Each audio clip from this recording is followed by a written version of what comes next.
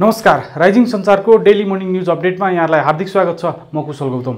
आजको श्रृङ्खला सुरु गरौँ मुख्य समाचारका शीर्षकहरूबाट।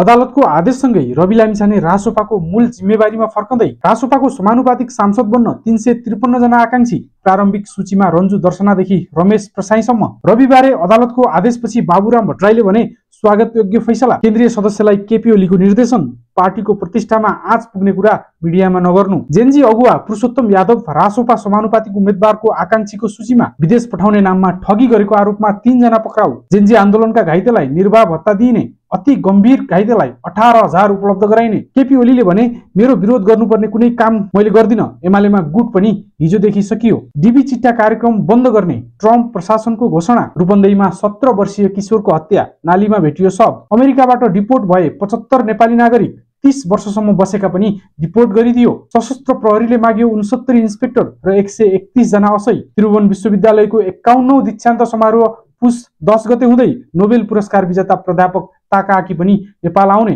कञ्चनपुरमा शीत लहरबाट 8,000 परिवार प्रभावित हुने।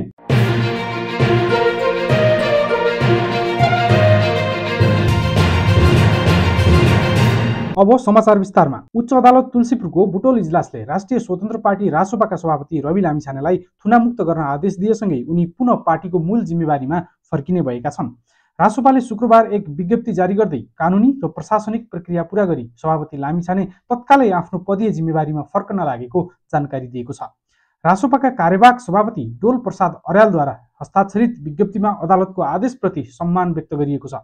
विधिको शासन, कानुनी सर्वोच्चता र न्यायिक प्रक्रियाप्रति रासोपा सदैव प्रतिबद्ध रहेको छ। विज्ञप्तिमा भनिएको छ, सभापतिज्यूमाथि लगाइएका मुद्दाहरू राजनीतिक प्रतिशोधको श्रृङ्खला भएको र अहिलेको नागरिक सरकारले यसलाई पूर्ण विराम लगाउनेमा पार्टीले विश्वास लिएको छ।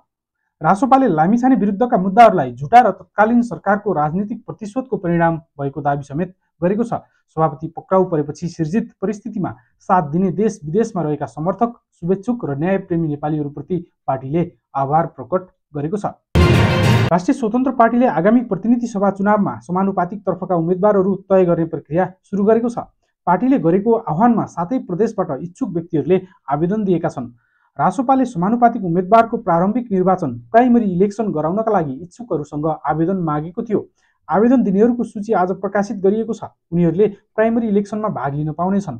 सबैभन्दा बढी आवेदन बागमती प्रदेशबाट परेको छ। यो प्रदेशबाट मात्रै 94 जनाले रासोपाको समानुपातिक उम्मेद्वार बन्न चाहेका छन्। विवेकशील साझा पार्टीबाट रासोपामा भित्रिएका समीक्षा बास्कोटा र रन्जु दर्शनाले बागमती प्रदेशबाट आवेदन दिएका छन्। उनीहरू खस आर्य कोटा अन्तर्गत समानुपातिक उम्मेद्वार बन्न चाहेका हुन्। रासोपाकी कोषाध्यक्ष लिमा अधिकारीले पनि यसै प्रदेशबाट उम्मेद्वारीका लागि आफ्नो आकांक्षा प्रस्तुत गरेकी छन्। उनी एमालेका दिवंगत नेता भरतमोहन अधिकारीकी छोरी हुन्। यस्तै पार्टीका केन्द्रीय सदस्य अरनिको पाण्डेको पनि प्रारम्भिक सूचीमा नाम छ।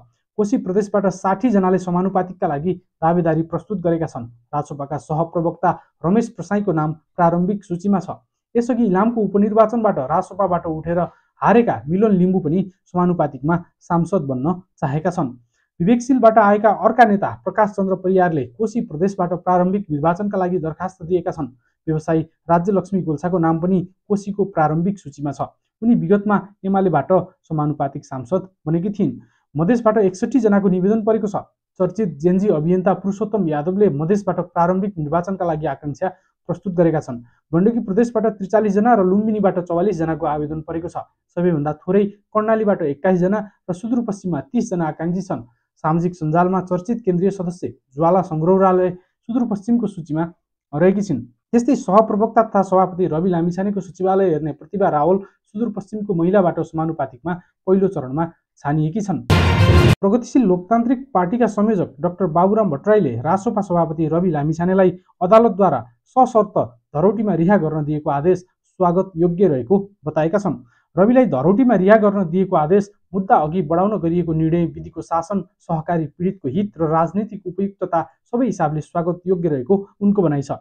पूर्व प्रधानमन्त्री समेत रहेका भट्टराईले भनेका छन्, यसले उहाँलाई विधिसम्मत तरिकाले आफ्नो निष्ठा प्रमाणित गर्ने, जनताबीच गएर जनअनुमोदन प्राप्त गर्ने र सरकारी पीडितहरूले, सहकारी पीडितहरूले पनि आफ्नो गहिरो पीडाको सम्बोधन कानुनी रूपबाटै प्राप्त गर्ने मार्ग प्रशस्त गरेको छ।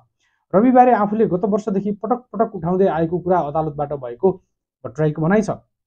उनले थपेका छन्, हेरौँ, मैले गत वर्ष पोखराको प्रहरी हिरासतमा रविजीलाई भेटेर निस्केपछि मिडिया समक्ष व्यक्त गरेको विचार, लोकतन्त्रको सौन्दर्य यही हो, सबैले आत्मसात गरौँ, तथ्यबाट सत्य खोजौँ, कुनै उडन्ते अनुमानबाजी र षड्यन्त्रको सिद्धान्तको पछाडि नलागौँ।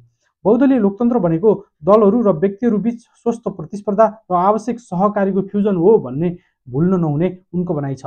प्रतिस्पर्धा गर्दा दुश्मन जस्तो गर्ने र सहकारी गर्दा आफ्ना फरक फरक वैचारिक राजनीतिक आस्था र प्रतिबद्धता बिर्सने गल्ती नगरौँ, उनले भनेका छन्। नेकपा एमालेका अध्यक्ष केपी शर्मा ओलीले पार्टी सम्बन्धी असन्तुष्टि सार्वजनिक सञ्चार माध्यम मार्फत व्यक्त नगर्न केन्द्रीय सदस्यहरूलाई निर्देशन दिएका छन्। शुक्रबार 11औं महाधिवेशनबाट निर्वाचित प्रथम केन्द्रीय कमिटी बैठकलाई सम्बोधन गर्दै उनले पार्टीको प्रतिष्ठामा आँच पुग्ने कुनै पनि अभिव्यक्ति मिडियामा नदिन आग्रह गरे। सार्वजनिक सञ्चार माध्यममा गएर पार्टीको सम्बन्धमा, पार्टीको प्रतिष्ठामा अलिकति पनि आँच पुग्ने खालका कुरा नआउन भन्ने म आग्रह गर्न चाहन्छु, ओलीले भने। उनले असन्तुष्टि भए नेतृत्व समक्ष गर्न आग्रह गरे। असन्तुष्टि नेतृत्व समक्ष व्यक्त गर्दा हुन्छ, मौखिक वा लिखित रूपमा व्यक्त गर्दा हुन्छ, ओलीले भने। वैदेशिक रोजगारीमा आकर्षक तलबको प्रलोभनमा पारी विभिन्न देश पठाइदिन्छु भन्दै रकम ठगी गरेको आरोपमा 3 जना पक्राउ परेका छन्। पक्राउ पर्नेहरूमा काठमाडौँ महानगरपालिका 32 बस्ने कपिलवस्तु शिवराज नगरपालिका 5 घर भएका 54 वर्षीय पवित्र प्रकाश अधिकारी, काठमाडौँ महानगरपालिका 32 बस्ने भोजपुर सडानन्द नगरपालिका 12 घर भएकी 33 वर्षीय बबिता विश्वकर्मा र काठमाडौँ गोकर्णेश्वर नगरपालिका 5 बस्ने भक्तपुर चाँगुनारायण नगरपालिका 9 घर भएका 25 वर्षीय साइरज सुवेदी छन्।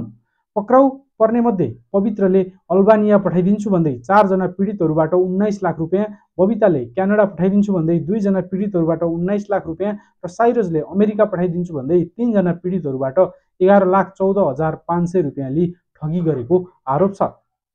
पीडितले उजुरी दिएपछि काठमाडौँ उपत्यका अपराध अनुसन्धान कार्यालय टेकुबाट खटिएको प्रहरीले पवित्र र बबितालाई काठमाडौँ महानगरपालिका 32 बाट तथा साइरजलाई काठमाडौँ कागेश्वरी मनोहरा नगरपालिका 8 बाट पक्राउ गरेको। उनीहरूलाई आवश्यक अनुसन्धान तथा कारबाहीको लागि वैदेशिक रोजगार विभाग ताचल काठमाडौँमा पठाइएको छ। सरकारले 23 र 24 भदौको जेन्जी प्रदर्शन तथा आन्दोलनमा घाइते भएकाहरूलाई मासिक रूपमा निर्वाह भत्ता दिने भएको छ। घाइतेहरूको अपाङ्गताको अवस्था र गम्भीरताका आधारमा आर्थिक सहायता तथा जीवन निर्वाह भत्ता उपलब्ध गराउने भएको हो।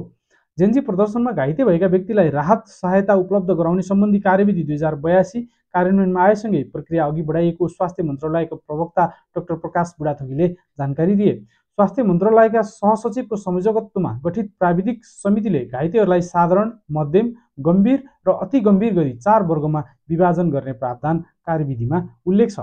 कार्यविधि अनुसार मध्यम घाइतेले मासिक 4,000, गम्भीर घाइतेले मासिक 9,000 र अति गम्भीर घाइतेलाई जीविकोपार्जन भत्ता बापत मासिक 18,000 दिइनेछ। सामान्य घाइतेलाई भने नगद राहतको व्यवस्था छैन। कार्यविधिको उपदफा 10 बमोजिम यो भत्ता महँगीका आधारमा पुनरावलोकन गर्न सकिने प्रावधान पनि राखिएको छ। जिल्ला प्रशासन कार्यालयहरूले घाइतेहरूको सिफारिस गर्ने र स्वास्थ्य तथा जनसङ्ख्या मन्त्रालयले प्रमाणीकरण गर्ने व्यवस्था छ। स्वास्थ्य तथा जनसङ्ख्या मन्त्रालयको संयोजकत्वमा भइरहेको घाइते वर्गीकरण 29 मङ्सिरसम्म 3 जिल्लाका काठमाडौँ, कास्की र चितवन 183 जनाको सम्पन्न भएको छ। वर्गीकरणमध्ये कुल 18 जना अति गम्भीर घाइते, 55 जना गम्भीर घाइते, 40 जना मध्यम घाइते र 70 जना सामान्य घाइतेको रूपमा वर्गीकरण भएका छन्। काठमाडौँमा कुल 160 घाइतेको वर्गीकरण भएको छ, जसमध्ये 16 जना अति गम्भीर घाइते, 52 जना गम्भीर घाइते, 37 जना मध्यम र 55 जना सामान्य घाइते छन्। यस्तै कास्की जिल्लामा हालसम्ममा 7 जना घाइतेहरू वर्गीकृत भएका मध्येमा अति गम्भीरमा 2 जना, गम्भीरमा 3 जना र सामान्यमा 2 जना घाइतेहरू वर्गीकरण भएका छन्। यसैगरी चितवनमा कुल 7 जना घाइतेहरूको वर्गीकरण भएकोमा अति गम्भीर र गम्भीरमा कोही पनि वर्गीकरणमा नपरेको र मध्यम र सामान्यमा क्रमशः 3 र 4 जना वर्गीकृत भएका छन्। 74 स्वास्थ्य संस्थाबाट स्वास्थ्य मन्त्रालयमा आएको घाइतेहरूको जेन्जी आन्दोलनमा 2522 घाइते भएका छन्। नेकपा एमालेका अध्यक्ष केपी शर्मा ओलीले आफूले पार्टीभित्र विरोध गर्नुपर्ने कुनै पनि काम नगर्ने जिकिर गरेका छन्। केन्द्रीय समिति बैठकलाई सम्बोधन गर्दै विरोधीहरूले ओलीको विरुद्ध बोल्न पाइँदैन भनेर उल्क्याउन गरेको बताए। उनले प्यानल बनाएर चुनाव लडेको भए पनि हिजोबाट गुट सकिएको बताए।